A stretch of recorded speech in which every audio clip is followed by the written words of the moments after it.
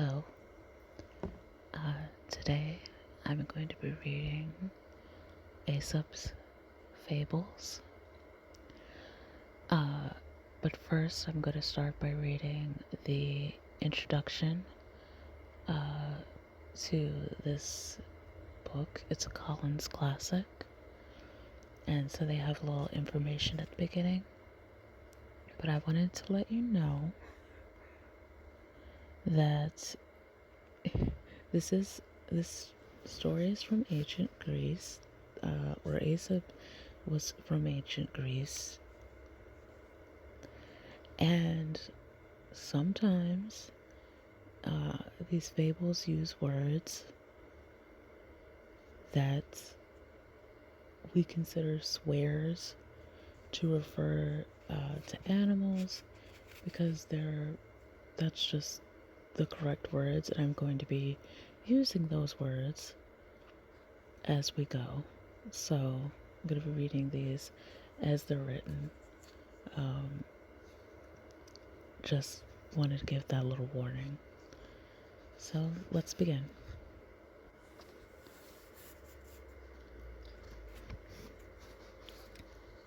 Aesop's Fables. History of Collins. In 1818, mill worker William Collins from Glasgow, Scotland, set up a company for printing and publishing pamphlets, sermons, handbooks, and prayer books. That company was Collins and was to mark the birth of HarperCollins Publishers as we know it today. The long tradition of Collins dictionary publishing can be tracked back to the first dictionary William published in 1824, Greek and English lexicon. Indeed, from 1840 onwards, he began to produce illustrated dictionaries and even obtained a license to print and publish the Bible. Soon after, William published the first Collins novel, Ready Reckoner. However, it was the time of the Long Depression, where harvests were poor, prices were high, potato crops had failed, and violence was erupting in Europe. As a result, many factories across the country were forced to close down, and William chose to retire in 1846, partly due to the hardships he was facing. Aged 30, William's son, William II, took over the business. A keen humanitarian with a warm heart and a generous spirit, William II was truly Victorian in his outlook. He introduced new, up-to-date steam presses and published affordable editions of Shakespeare's works in Pilgrim's Progress, making them available to the masses for the first time. A new demand for educational books meant that success came with publication of travel books, scientific books, encyclopedias, and dictionaries. This demand to be educated led to the later publication of atlases, and Collins also held the monopoly on scripture writing at the time. In the 1860s, Collins began on expand and diversify, and the idea of books for the millions was developed. Affordable editions of classical literature were published, and in 1903, Collins introduced 10 titles in their Collins Handy Illustrated Pocket Novels. These proved so popular that a few years later This had increased to an output of 50 volumes, selling nearly 500,000 in their year of publication. In the same year, the Everyman's Library was also instituted, with the idea of publishing an affordable library of the most important classical works, biographies, religious and philosophical treatments, plays, poems, travel, and adventure. This series eclipsed all the competition at the time, and the introduction of the paperback books in the 1950s helped to open that market and marked a high point in the industry. HarperCollins is and has always been a champion of the classics, and the current Collins Classics series follows in this tradition, publishing classical literature that is affordable and available to all, beautifully packaged, highly collectible, and intended to be reread and enjoyed at every opportunity. Life and Times. About the author. Very little is known about Aesop, and it is unclear as to whether he even existed. There are varying reports about his race and appearance. However, legend has it that he lived in ancient Greece circa 620 to 564 BC, and that he was originally a slave who earned his freedom by imparting wisdom through his fables. He became revered as something of a generic folk hero to whom any tales of morality were attributed.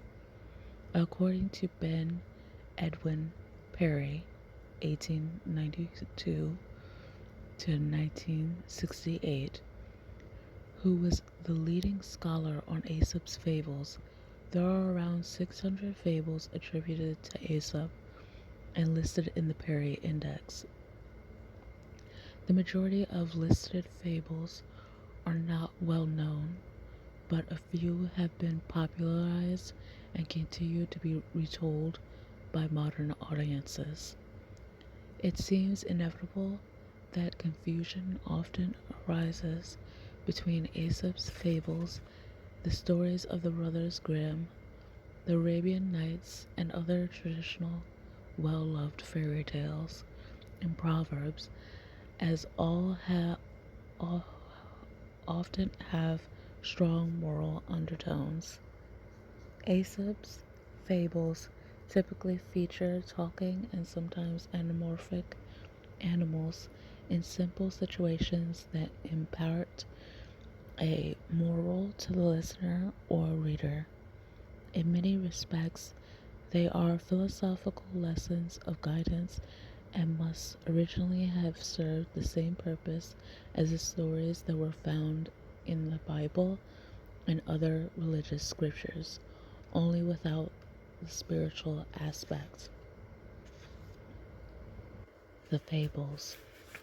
One of the best known fables in Aesop's collection is The Hare and the Tortoise, which, despite being a slower mover, a tortoise wins a race against a hare simply by pacing himself.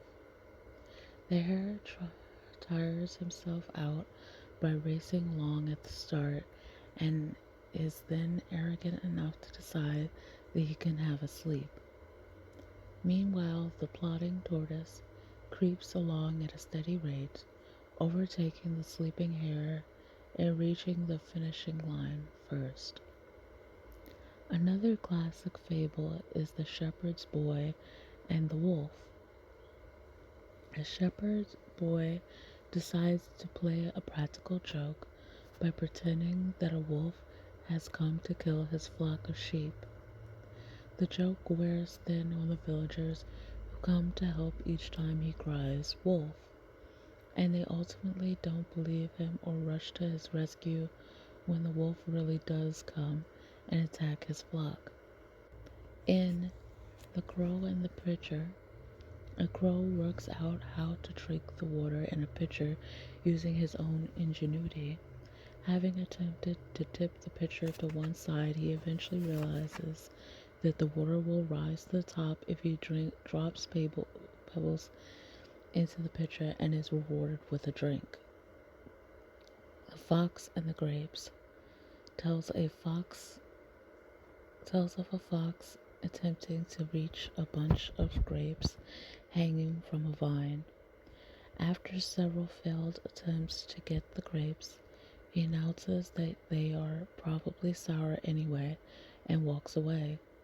His pride will not allow him to lose face at failing to secure the grapes, so he makes the dissonant jibe, not realizing that he has made more of a fool of himself by saying it.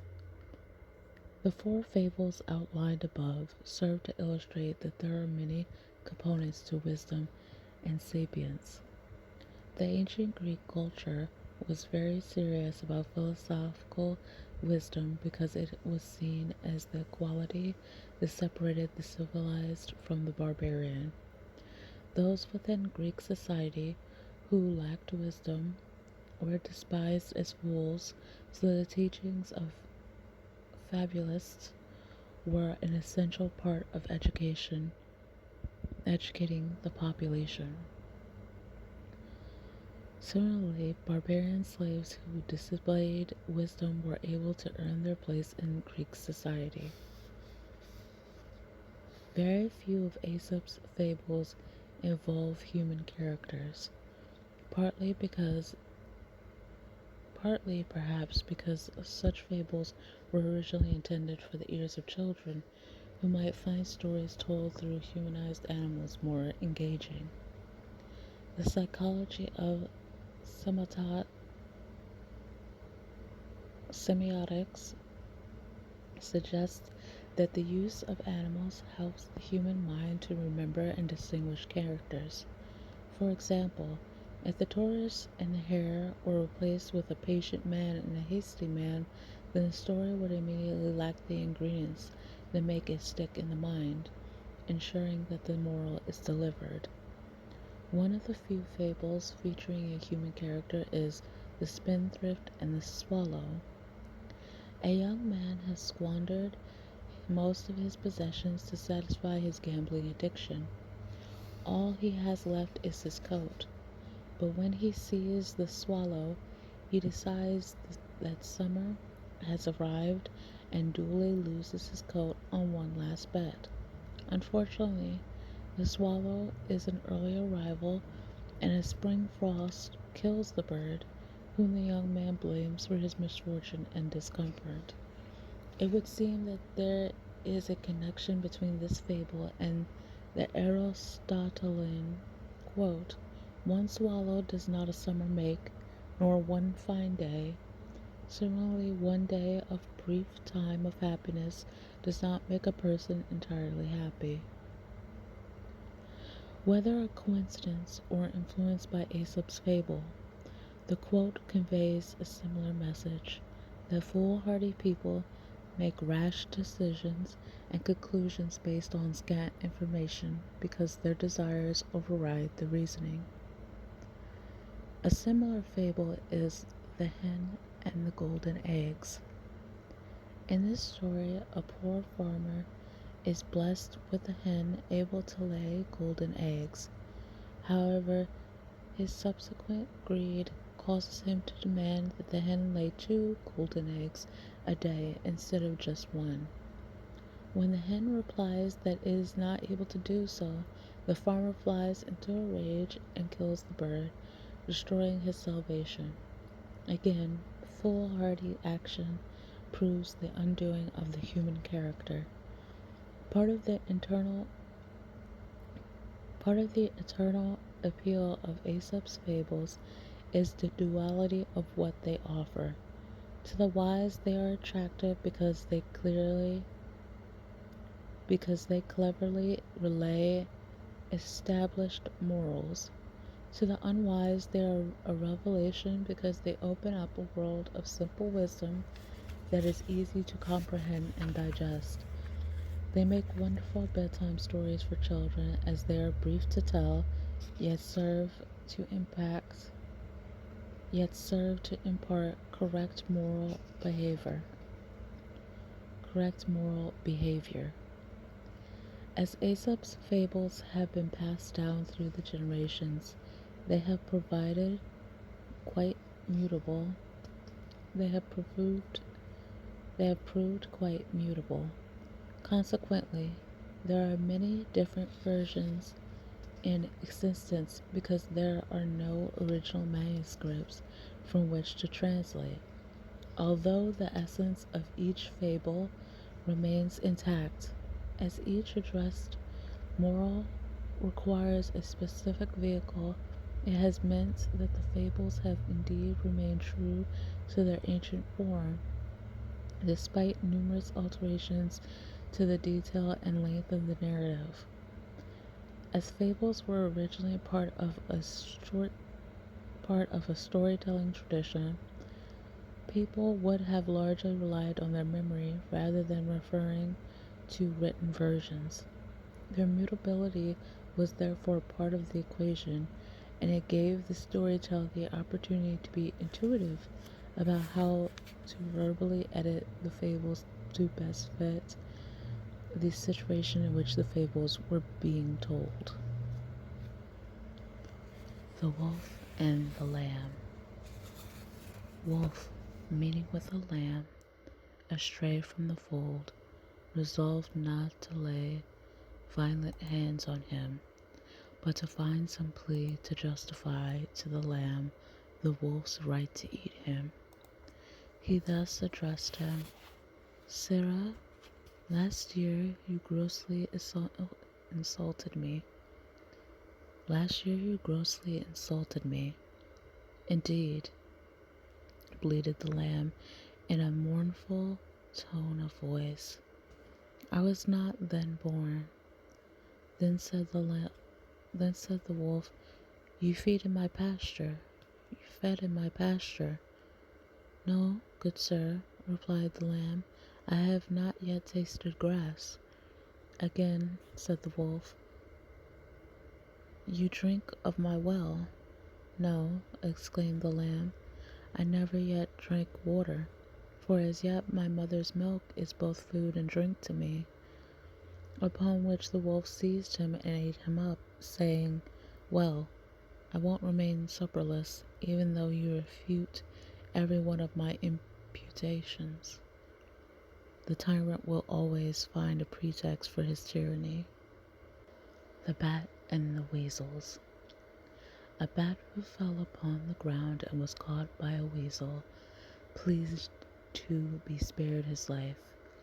The weasel refused, saying that he was by nature the enemy of all birds. The bat assured him that he was not a bird but a mouse, and thus was set free. Shortly afterwards the bat again fell to the ground and was caught by another weasel, whom he likewise entreated not to eat him. The weasel said that he had a special hostility to mice. The bat assured him that he was not a mouse but a bat, and thus a second time escaped. It is wise to turn circumstances to good account. I love that the Bat and the Weasels moral is essentially just lie. It's like there's nothing else to it, it's just lie.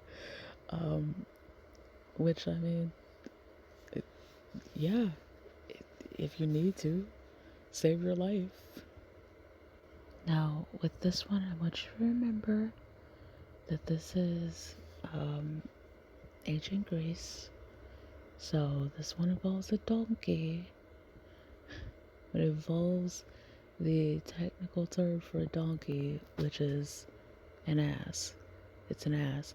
So the ass and the grasshopper. An ass, having heard some grasshoppers chirping, was highly enchanted, and desiring to possess the same charms of melody, demanded what sort of food they lived on to give them such beautiful voices. They replied, the dew. The ass resolved that he would live only upon dew, and in a short time died of hunger. This kind of goes back to what the opening said about foolhardy people doing things on a little bit of information. There's a little more to the sounds that grasshoppers make than them simply living on the dew. Also, I don't think that's. I feel like they probably eat other stuff. Just saying.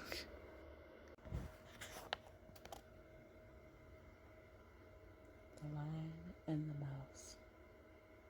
A lion was awakened from sleep by a mouse running over his face. Rising up angrily, he caught him and was about to kill him when the mouse piteously entreated, saying, "If you would only spare my life, I would be sure to repay your kindness." The lion laughed and let him go. It happened shortly after this that the lion was caught by some hunters who bound him by strong ropes to the ground. The mouse, recognizing his roar, came and gnawed the rope with his teeth and set him free, exclaiming, "You ridiculed the idea of my ever being able to help you, not expecting to receive from me any repayment of your favor. Now you know that it is possible for even a mouse to confer benefits on a lion." This is also a classic. And I actually like this lion a lot because if you stop to think about it, like the fact that he doesn't believe that he's going to get repaid, and it's just like, you know what, I'm just going to help you because it's a nice thing to do. That's, it's nice. On to the charcoal burner and the fuller. A charcoal burner carried on his trade in his own house. One day he met a friend, a fuller, and entreated him to come and live with him, saying that they should be far better neighbors and that their housekeeping expenses would be lessened. The fuller replied, "The arrangement is possible as far as I am concerned, for whatever I should whiten, you should immediately blacken again with your charcoal. Like will draw like. We're too different to live together. We shouldn't even try." Is that what that is? I feel like that's not the message that I'm supposed to get with it. Or I guess it's like will draw like is I'm attracted to someone similar to me. I'm not sure. Some of these I don't understand. I am unwise.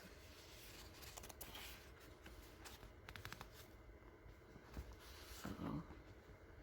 Not my terrible nails. Well, now that you see my terrible nails. The father and his sons. A father had a family of sons who were perpetually quarreling among themselves. When he failed to heal their disputes by his exhortations, he determined to give them a particular illustration of the evils of disunion, and for this purpose he one day told them to bring him a bundle of sticks. When they had done so, he placed the bundle took the sticks separately, one by one, and again put them into his son's hands. When they had done so, he placed the bundle into the hands of each of them in succession and ordered them to break it in pieces. They tried with all their strength and were not able to do it. He next opened the bundle, took the sticks separately, one by one, and again put them into his son's hands, upon which they broke them easily. He then addressed them in these words: My sons, if you are of one mind, and unite to assist each other, we will be as this bundle, uninjured by all the attempts of your enemies. But if you are divided among yourselves, you will be broken as easily as these sticks. Literally, united we conquer, divided we fall, I believe.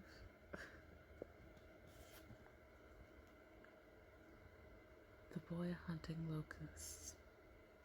Actually, I just realized that this is also a fable that has humans instead of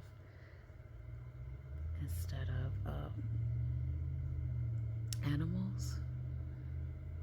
The boy hunting locusts. Is this another one? A boy was hunting for locusts. He had caught a goodly number when he saw a scorpion, and mistaking him for a locust, reached out his hand to take him. The scorpion, showing his sting, said, If you had but touched me, my friend, you would have lost me, and all your locusts too.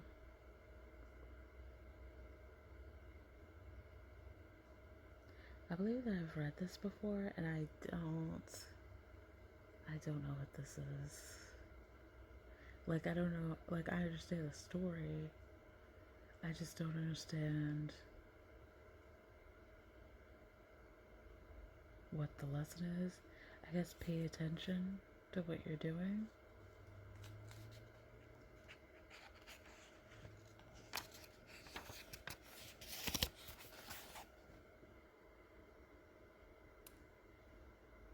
The Cock and the Jewel.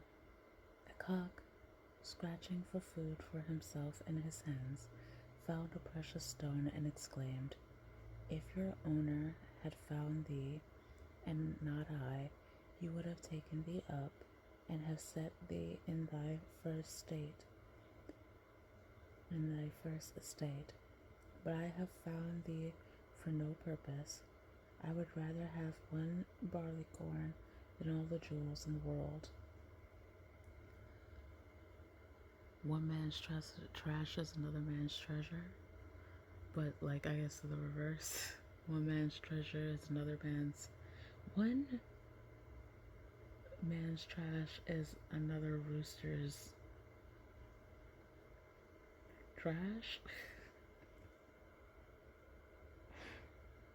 I did just wake up. I'm a little loopy, perhaps. The Kingdom of the Lion. The beasts of the field and forest had a lion as their king. He was neither wrathful, cruel, nor tyrannical, but just and gentle as a king could be.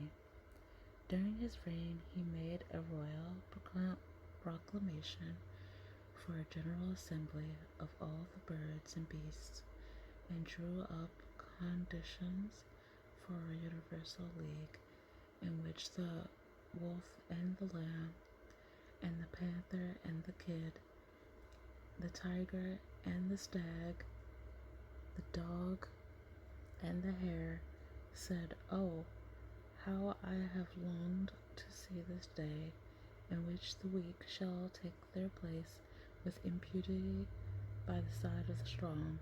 And after the hare said this, he ran for his life. The Kingdom of the Lion. I'm gonna reread this real quick. I'm gonna reread this real quick. The beasts of the field and forest had a lion as their king. He was neither wrathful, cruel, nor tyrannical, but just and gentle as a king could be. During his reign, he made a royal proclamation for a general assembly of all the birds and beasts, and drew up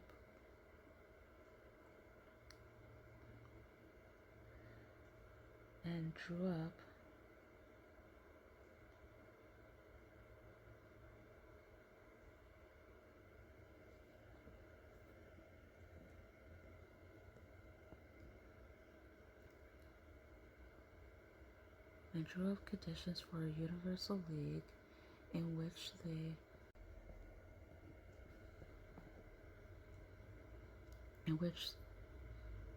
the wolf and drew up conditions for a universal league in which the wolf and the lamb, the panther and the kid, the tiger and the stag, the dog and the hare should live together in perfect peace and amity.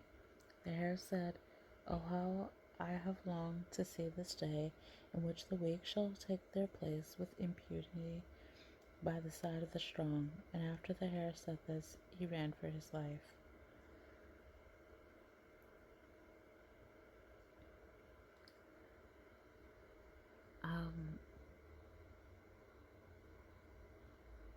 Because these animals inherently can't be equals, so he runs for his life because it's like he's gonna get eaten? Or is it that he's running for his life because he's taking advantage of this decision, but the lion might change his mind? He wants to be gone before the lion changes his mind, or before the dog takes retribution against him for this. I don't know. Again, very unwise. The Wolf and the Crane. A wolf who had a bone stuck in his throat hired a crane for a large sum to put her head into his mouth and draw out the bone. When the crane had extracted the bone and demanded the promised payment, the wolf, gritting and grinding his teeth, exclaimed, "Why, you have surely already had a sufficient recompense in having been permitted to draw out your head in safety from the mouth and jaws of a wolf. In serving the wicked, expect no reward, and be thankful if you escape injury for your pains." Well, that's intense and accurate. I think I'll do this one and be done for today. The Fisherman Piping. A fisherman skilled in music took his flute and his nets to the seashore. Standing on a projecting rock, he played several tunes in the hope that the fish, attracted by his melody, would, of their own accord, dance into his net, which he had placed below. At last, having long waited in vain, he laid aside his flute, and casting his net into the sea, made an excellent haul of fish. When he saw them leaping about in the net upon the rock, he said, "Oh, you must preserve creatures. When I piped, you would not dance, but now that I have ceased, you do so merrily. Oh, you most perverse creatures! When I piped, you would not dance, but now that I have ceased, you do so merrily."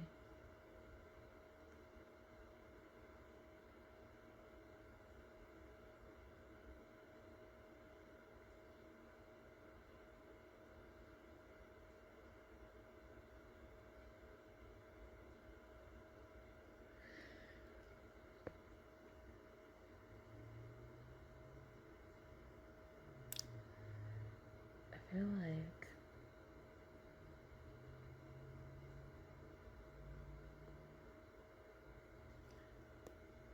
feel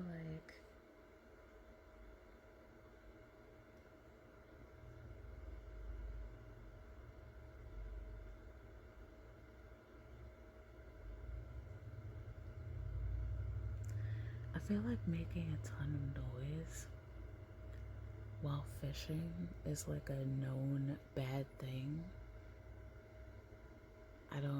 These are fish, not mice, my guy. You can't do that. They don't like that.